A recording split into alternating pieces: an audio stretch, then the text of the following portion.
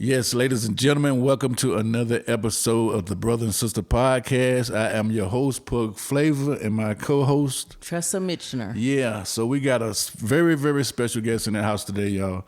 And she has such a unique story. I'd like to introduce to y'all Miss Caitlin Love. How you doing, Caitlin? Good.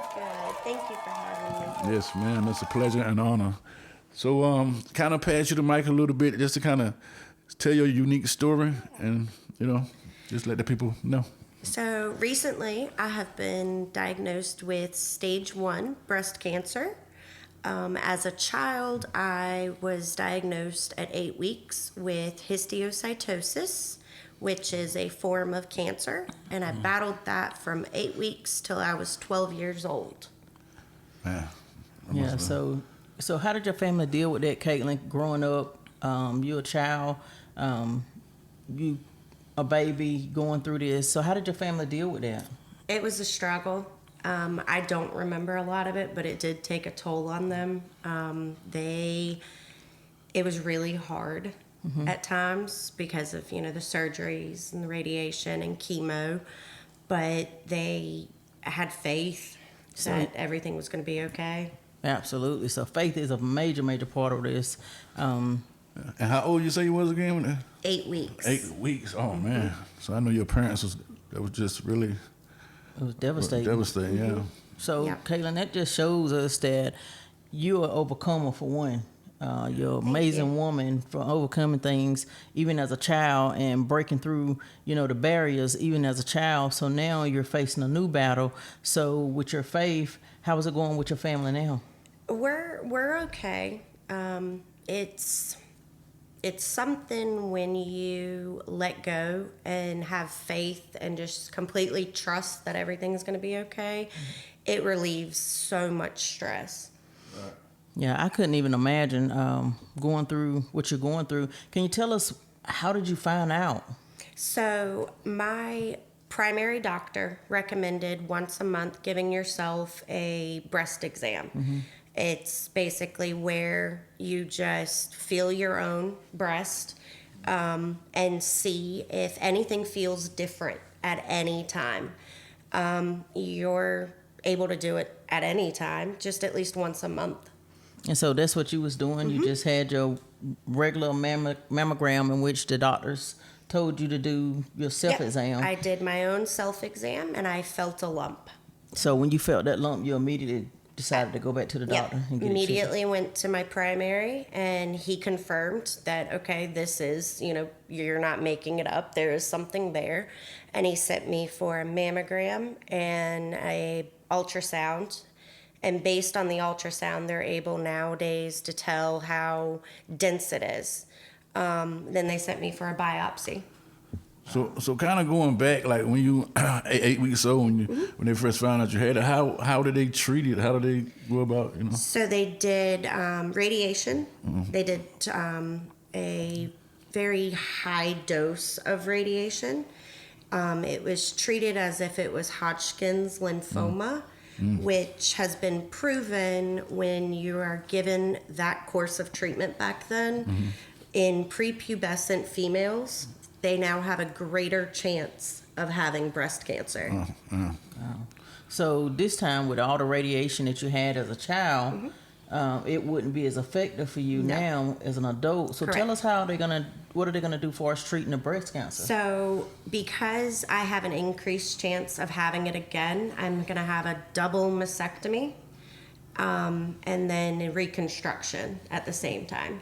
Okay, so that's a great thing when we talk about the reconstruction, right? Because with the reconstruction, we can go a little bit bigger, we can get them all perked up, we can do great things, right? Yes. Yeah, tell us about that. It's covered by your insurance. Okay. So with dealing with cancer, you're constantly dealing with the doctors telling you what you can and cannot do. But with reconstruction, they give you the option. If you want to go smaller, larger, if you want to lift, you're able to have complete choices. Yeah, that's a great thing about it, and the other great thing about it is that you caught it early, right? Right. And one thing, and you can correct me on this, Caitlin, but I've heard that African American women, they have a higher rate. Yes. Is that because we don't go to the doctor as Correct. much, or Yep. it's just so Yep. basically if we take care of ourselves, no matter what race you are, we can basically get it caught pretty quickly. Correct. Catch it ahead of Yes. time. And also make sure you don't ignore it. If you feel something is not right, it's better to go to the doctor and them to come back and be like, hey, it's a cyst. It's completely fine, than to ignore it. Because if you ignore it, you're putting off treatments that you can get. If I had ignored it, so right now you kind of think of it like a ball pit.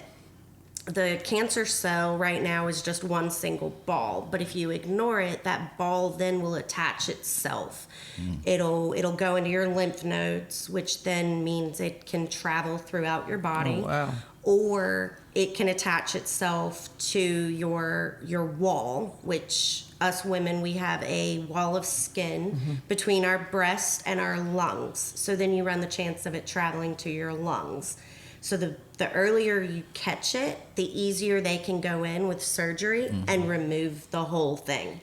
Yeah, we thank you for that education on it, because I didn't even know, that it can get in your lymph nodes. I've always heard about cancer spreading, but giving us that education on how that happens, it's just sitting around and not, when we find something wrong, not going to the doctor to try to catch it early. Yeah, and that's the big thing. And I know a lot of people also have the misconception that when you have a mastectomy, everything is gone, and that's not true. You do, depending on where the cancer is and how widespread, you could very well have an option to keep your nipples. Some women do have that option. A lot of the misconception is that when you have a mastectomy, it's all gone, and that's not true. Right. Well, I honor you, your strength, Thank you. being such a strong woman, going through this battle with your faith, because we are faith-based. We just totally believe that things happen good for those that believe, and it helps with the hope, that we all have for, good things. But I know when we was talking about this before, you was telling me how amazing the company that you work for has supported you and stood behind you. Can you elaborate on that a little bit and let us know how? So I've worked in all different types of companies, but the company I currently work for has been so supportive and understanding. They're willing to work with me throughout the surgery, the recovery, any treatments down the line. They're more than willing to accommodate. That is absolutely awesome. So that took a lot of the stress off you that you have for as work, for as paying your bills, all of the things that come when we end up having a life unexpectancy and having to travel down a road that we didn't plan for. Right. So, I think it's just great that you acknowledge this company and just talking about how much they are supporting you and 100% behind you while you're going through this. And that's just amazing. Definitely amazing. Well, we're definitely proud of you, because Thank you.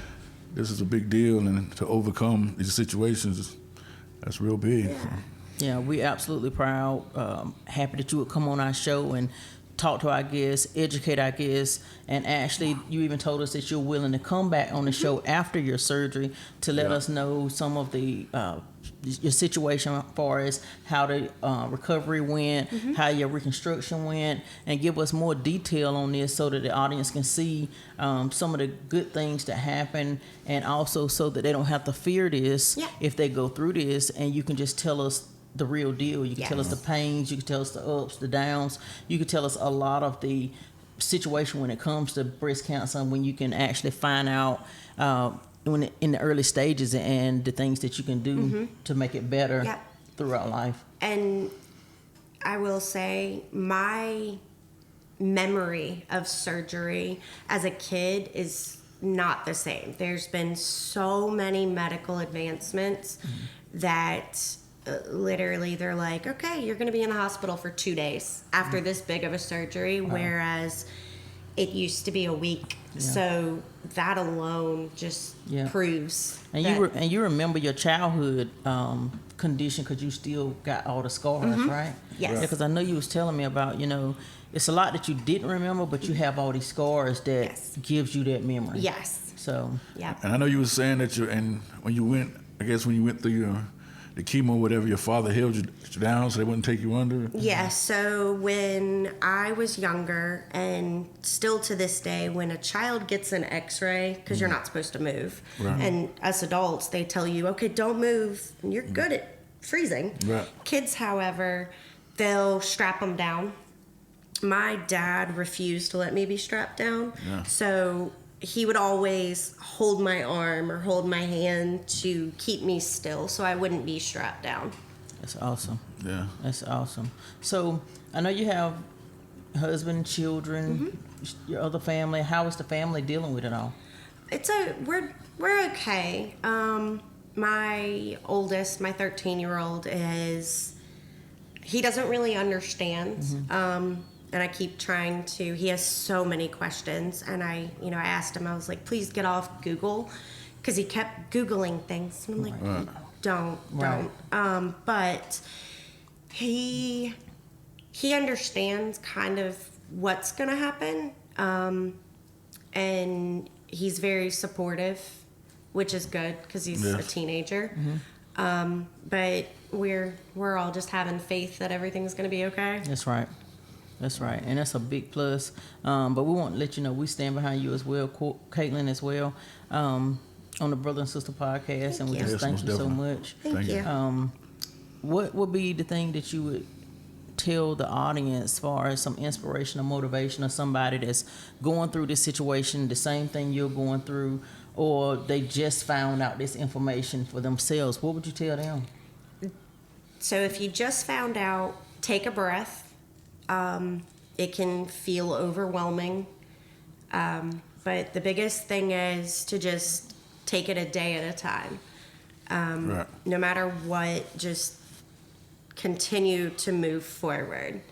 That understand that things are going to happen. The best laid plans don't always work out, but to just keep moving forward. Sure. Yeah. Well, we thank you for that advice. Pug, you got anything else to add? Said it all. I mean, we like to thank you, and we're very proud of you. And thank you. Really looking forward to the next interview. Yes, and we just thank you, and we want to keep bringing inspiration to you on the show from people like Caitlin who are going through but have overcome as well in life and situations that were not planned. Because situations just don't be planned. It's just life. So we want to continuously bring you life situations to get through your struggles, to help you to overcome. Another Brother and Sister podcast. We'd like to thank you. We love you. Peace. Thank you. Thank you.